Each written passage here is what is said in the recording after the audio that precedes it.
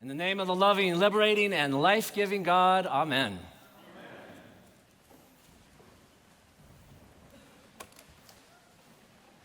It seems to me our human history is marked with at least one constancy, and that is our tendency to exile one another. We draw lines, we build walls, we label, we other, we cancel, and we cast out. And it seems to me that no matter the advances we might make, no matter what diseases we might cure, no matter how many people we might put on the moon, we just can't seem to stop. And we don't do it because we're inherently mean. We're made in the image of God, let us not forget. We do this because we are inherently afraid. And when we are, rather than put our trust in God, instead of putting our trust in God's ways, in God's mercy and compassion and love, we sin. That is, we put our trust in ourselves and our solutions. And one of our favorite ones is to point fingers, to cast people out. Famed anthropologist René Girard identified a kind of primal reflex that exists in all human cultures. He called it the scapegoat mechanism. And it works something like this. When there is conflict, when our fears get the best of us, when our society feels as if it might be spinning out of control, rather than do the hard work of dealing with the real issues, rather than being open to perspectives that might challenge us or cause us to change, rather than actually reconciling our differences, we discovered a long time ago that it is so much easier to find someone else to blame. And according to Girard, it really doesn't matter who we go after. The victim is never chosen because they're guilty. They're chosen because they're vulnerable. And so anyone who's different, anyone who doesn't fit in, anyone who's powerless or voiceless, they'll do just fine because the goal isn't justice or truth. The goal is to create a kind of false peace, a false sense of unity as we unite behind a common enemy. And just think back for a moment throughout history at some of the people that we've been told were the cause of our problems. Irish immigrants in the 1800s were blamed for poverty and crime. Black Americans during Reconstruction. In the 30s, Jews were actually blamed for the Great Depression. Japanese Americans during World War II. In the 80s, they went after single moms and the gay community because we were all causing what they called the so-called breakdown of the family. And in each case, as the truth starts to surface, as the lies are dispelled and public opinion begins to soften, just when it looks like we might have turned the corner, we've moved on to a new target. Today, it's undocumented workers and the trans community. And I offer this background because our gospel today is not a simple story of Jesus healing 10 sick people. It is the story of 10 people who have also been cast out. 10 people, targeted and stigmatized, not for anything they did, but because of what they represented. Some scholars tell us that leprosy in the biblical world was a kind of catch-all for a wide range of skin conditions, Hansen's disease, yes, but also eczema, psoriasis, fungal infections, even discoloration, many of which pose no medical threat at all. They weren't contagious. But remember, outcasts are not chosen because they're guilty. They're chosen because they're vulnerable. Lepers were scapegoated not for what they had done, but because they had become symbols of everything the people feared. It was believed that their condition was a punishment from God. And so they became living symbols of impurity and disgrace, of sin and separation from God. They were banished from towns, cut off from their families, barred from their places of worship, forced to have to band together in ghettos at the outskirts of town. And if that wasn't enough, the religious laws required lepers to identify themselves with a kind of scarlet letter. You get a sense of it on our bulletin cover this morning. They had to tear their clothes. They had to leave their hair disheveled. They had to cover a part of their face. And if you came near one, lepers were required to shout a warning, "Unclean, unclean." I mean, can you imagine what that must have been like? Can you imagine what that type of exile would do to you, to your sense of self, to your soul? And I suspect that many of us actually do have some idea. Because exile doesn't just happen in the history books, does it? It's not just aimed at certain groups at specific points in time. It can hit all of us.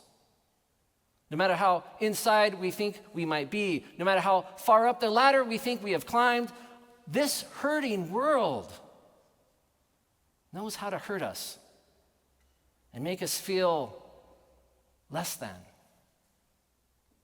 It happens whenever we find out we didn't make the cut or weren't invited.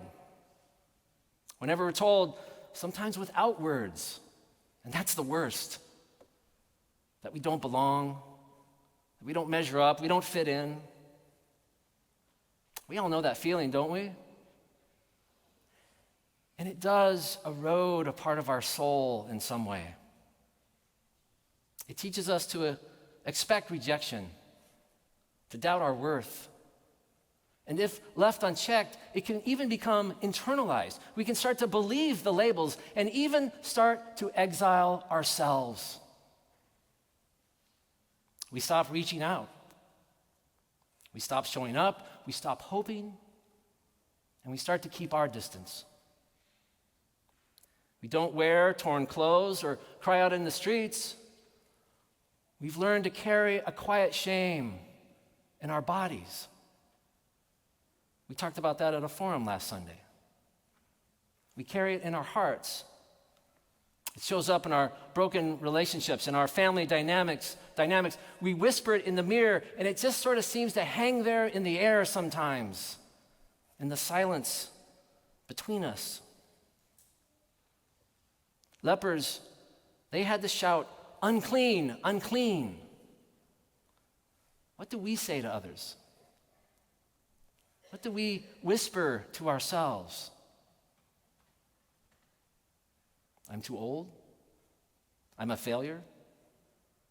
I don't like my looks. I don't like my body.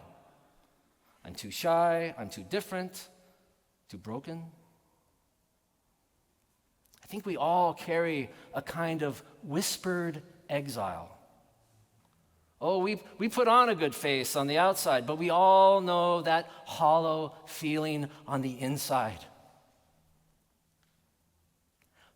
But the good news is Jesus is still walking towards us. Jesus moves to that very part of us that remains hidden, the parts we've disqualified, the parts we've exiled. Jesus comes to close the distance with all of us, just as he does with the 10 lepers. He walks toward our pain. He walks toward our shame, and he heals. And that's just the beginning. Because notice what happens next in the story. While the healed lepers rush off to show themselves to the priest, because it was the priest's job to inspect them and declare them clean, one turns back. A Samaritan, we're told. Why a Samaritan, do you suppose? Because while the Samaritan was indeed cured, he is still a Samaritan. And Samaritans were despised.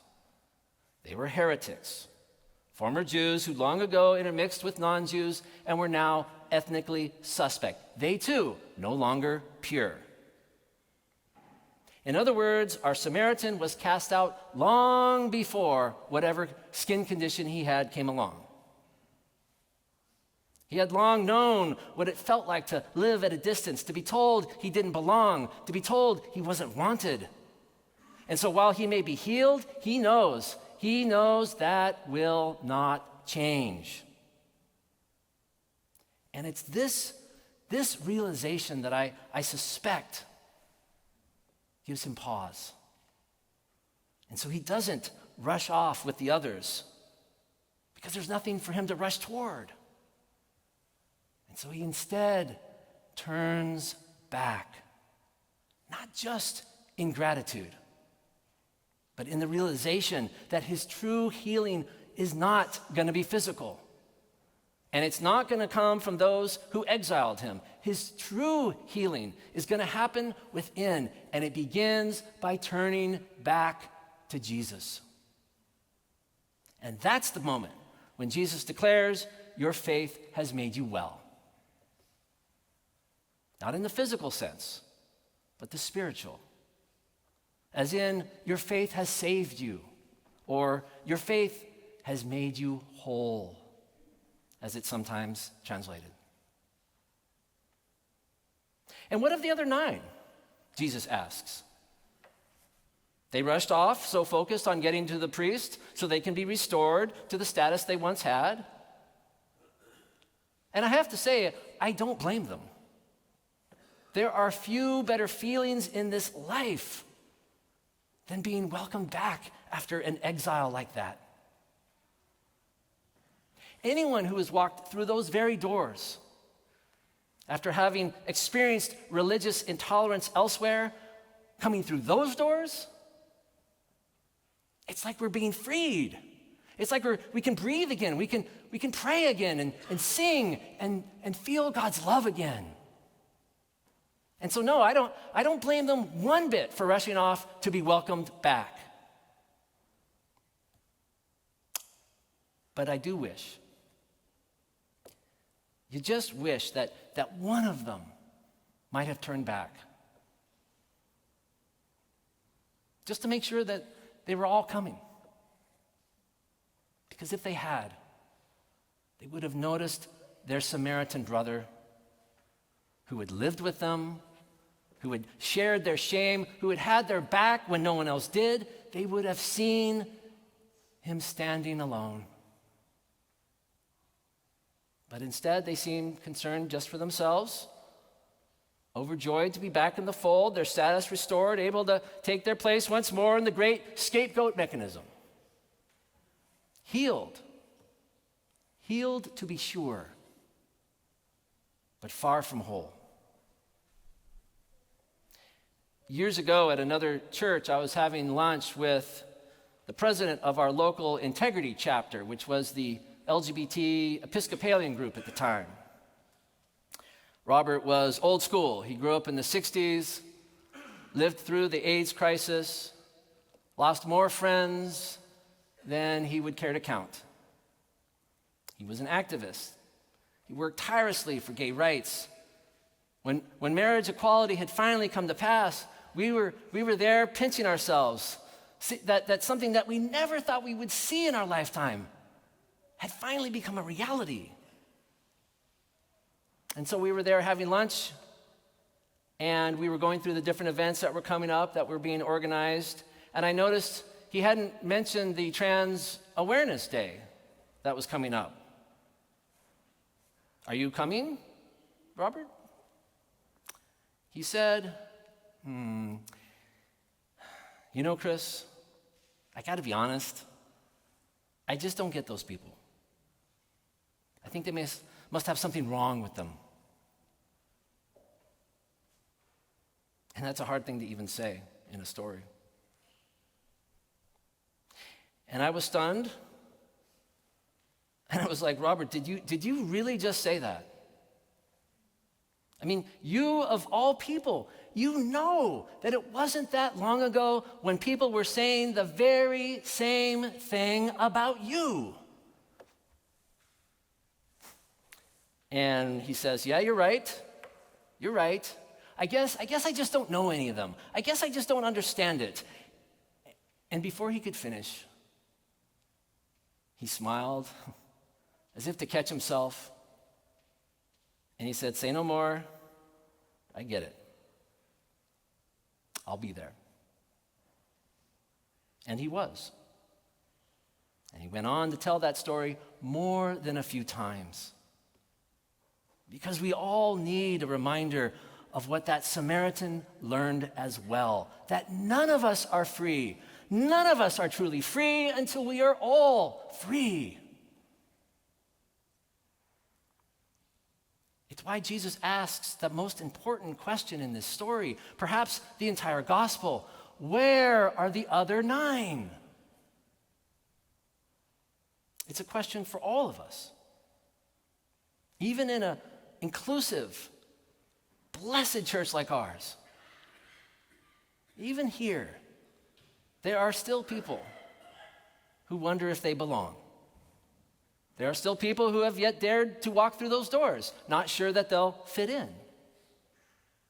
There are those who are here that still feel unseen, who face invisible struggles, unspoken grief, trauma. There are those of us who are neurodivergent, autistic, folks with sensory needs, or those who require different types of physical access. We have kids who learn differently, who don't always fit the mold and struggle to hold still. There are people who work weekends, who worry if they have the right clothes or work the right jobs. And there are countless more. There are countless more that I know I am still blind to. Some of us are already here. Some of us are still watching from a distance. But all of us together, hoping that someone might turn and come back. Because it is when we turn, when we go back for those that we've left behind, it is there that we find our true salvation. And so I thank God for faith communities like ours.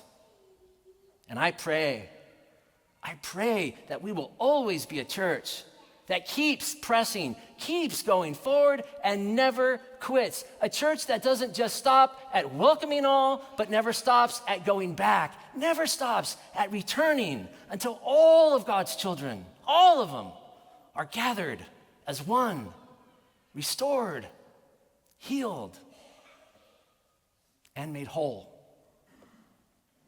Amen.